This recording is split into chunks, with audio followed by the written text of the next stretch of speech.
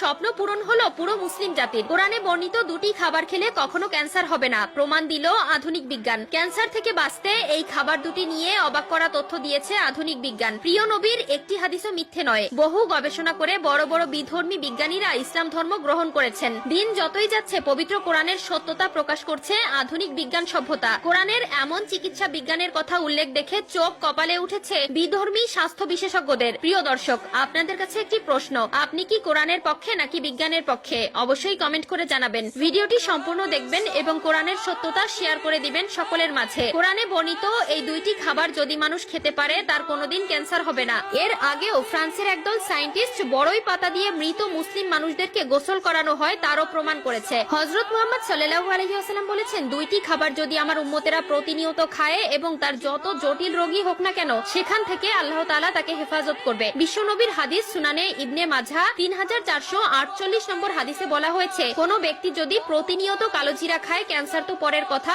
মৃত্যু ছাড়া সকল রোগের উপকার হবে।